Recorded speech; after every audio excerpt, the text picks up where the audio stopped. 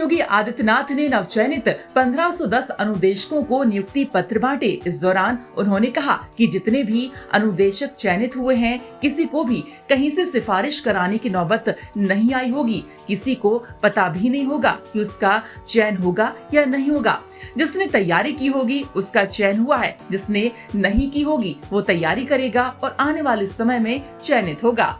साथ ही उन्होंने कहा कि ऐसा नहीं है कि अब उत्तर प्रदेश के अंदर केवल सरकारी नौकरी के भरोसे ही लोग काम कर रहे हैं। अब तो नौकरियों की पूरी बौछार हो रही है। उत्तर प्रदेश में बड़े बड़े निवेश को आमंत्रित किया है और इसका सर्वाधिक लाभ अगर किसी को प्राप्त हुआ है तो वो व्यावसायिक शिक्षा, कौशल विकास और उद्यमिता से जुड़े हुए नौजवानों को हुआ है। सीएम योगी ने कहा कि पिछले 8 वर्ष में 60 लाख से अधिक ऐसे लोगों को उत्तर प्रदेश के अंदर नौकरी मिली है, जिसमें से 14 लाख नौजवान वे हैं जिन्होंने उत्तर प्रदेश कौशल विकास मिशन के माध्यम से ट्रेनिंग ली और किसी न किसी उद्योग और उद्यम में वह आज समायोजित हुआ है।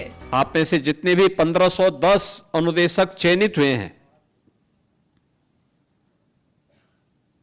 किसी को भी कहीं से सिफारिश कराने की नौबत नहीं आई होगी। किसी को पता ही भी नहीं रहा होगा कि उसका चयन होगा नहीं होगा।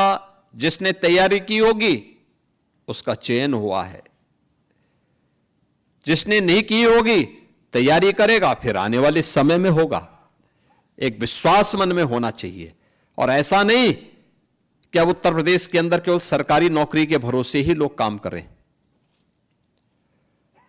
अब तो नौकरियों की एक पूरी बौछार हो रही है।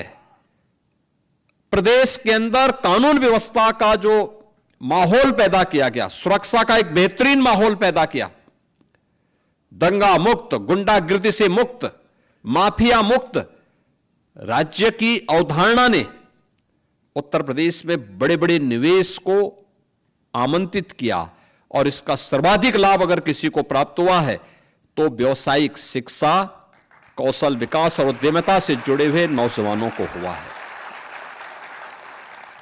पिछले 8 वर्ष में 60 लाख से अधिक ऐसे लोगों को उत्तर प्रदेश के अंदर नौकरी मिली है, जिसमें से 14 लाख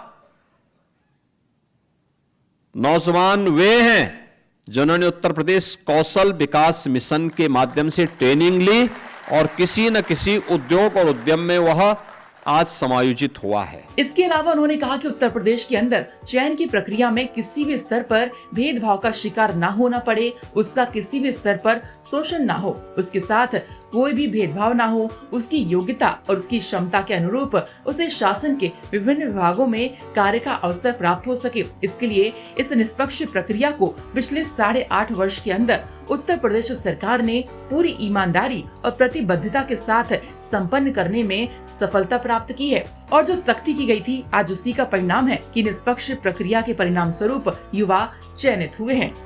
ब्यूरो रिपोर्ट, यूपी तक।